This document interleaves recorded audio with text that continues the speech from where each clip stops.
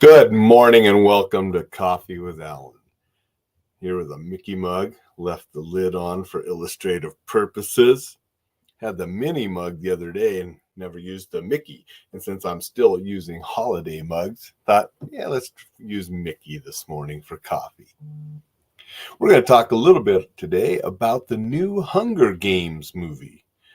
Hunger Games, the Ballad of Songbirds and Snakes.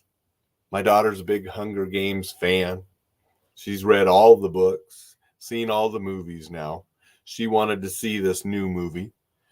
My wife and I enjoyed the first movies, The Hunger Games. We didn't read the books like my daughter did. But so we all went to the movie last night. Chance to go to the dine-in theater, and we had dinner there and watched the movie and had a really nice time. So we're going to talk a little bit about that today.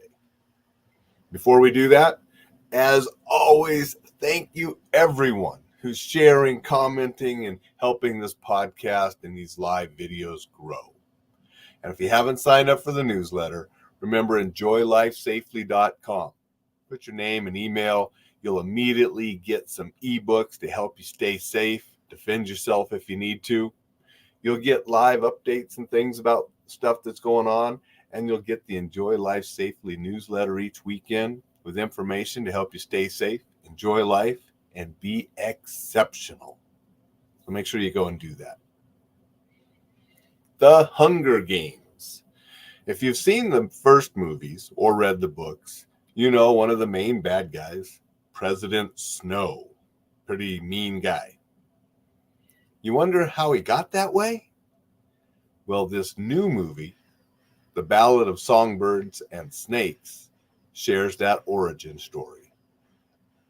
So it is a prequel to the first movies. It's set 60-some years before those movies.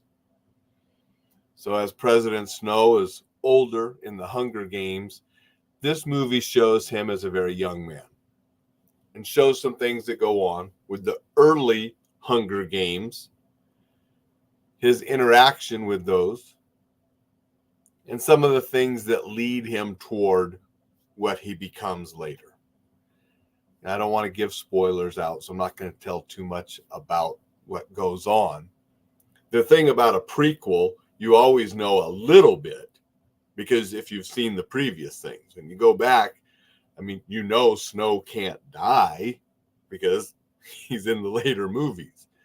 But you wonder what goes on to make him what he is in those later movies.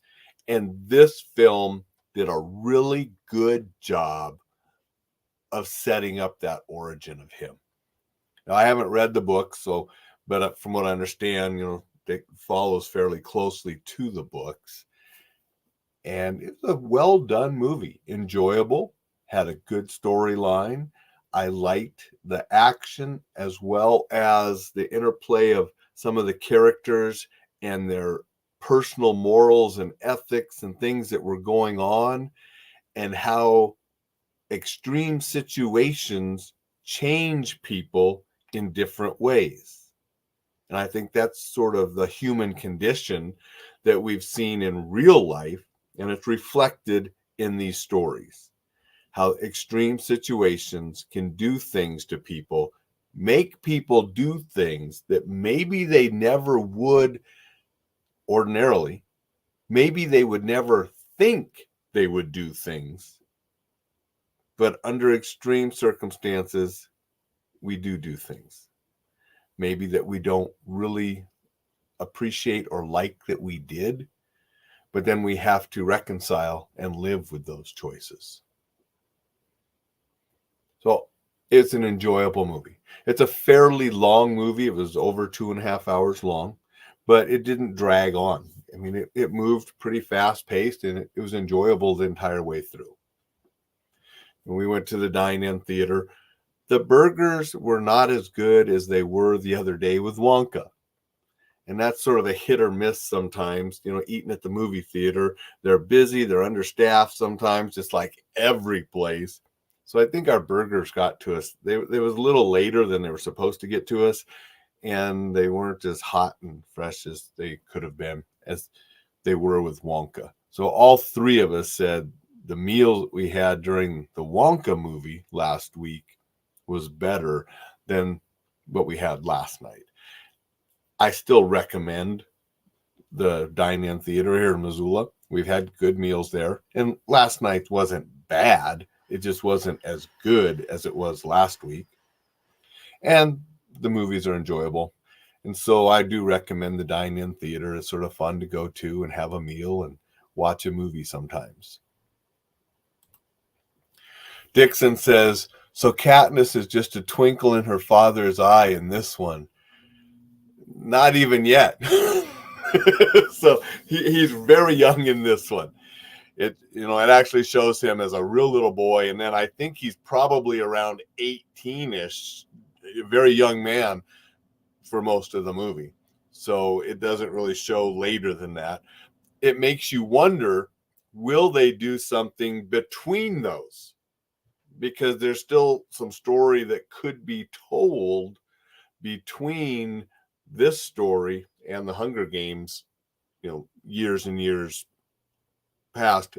So I wonder if they will do another story in that middle, showing his advancement and how he gets to where he goes and how things change. Be interesting, I think. But my daughter wasn't sure if she was going to write more books on that or not. And so I don't know either. But I wanted to share, it's sort of fun to go out with the family, see some movies. Sometimes it's fun just to go to movies alone. I've been to lots of movies by myself back when I was younger. I've always enjoyed movies. There's a movie coming up that I can't wait to see for all of you tough guy action movie fans like I am. The Beekeeper looks like it's going to be a good one. There's an advanced screening on January 6th in the IMAX. Might go to that, might not. We'll see. It's a different theater. It's not the one where you can dine in real close to my house. It's across town. But I might go to that on January 6th. If not, it opens in all the theaters January 12th.